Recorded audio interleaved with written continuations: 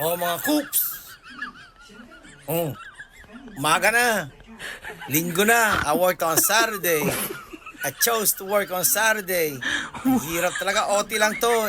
It's by choice, you know. Pero I chose to work, right? Hirap ng buhay eh. Daming utang. Nagkautang-utang.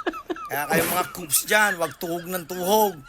Mamaya kayo matuhog ng misis nyo. Matuhog kayo ng kutsilyo. Anong gusto nyo? Tuhog lang ng tuhog? Pero ano, tabay inom sa kanto, wala nang trabaho. Trabaho naman dyan pag may time. Part-time. If anything, magkano dyan. Para may pantustos sa mga anak. Huwag tuhog ng tuhog. Ay nako, ano mangyayari sa buhay nyo? Ang tuhog lang ng tuhog, pasarap na pasarap. Anong gagawin nyo?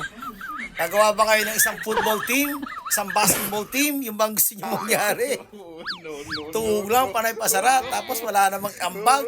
Ay, nako mga coops. Kupalan yan.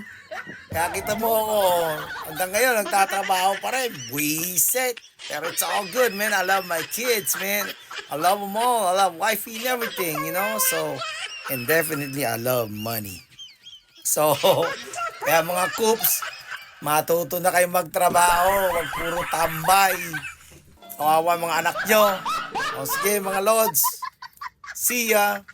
A few moments later.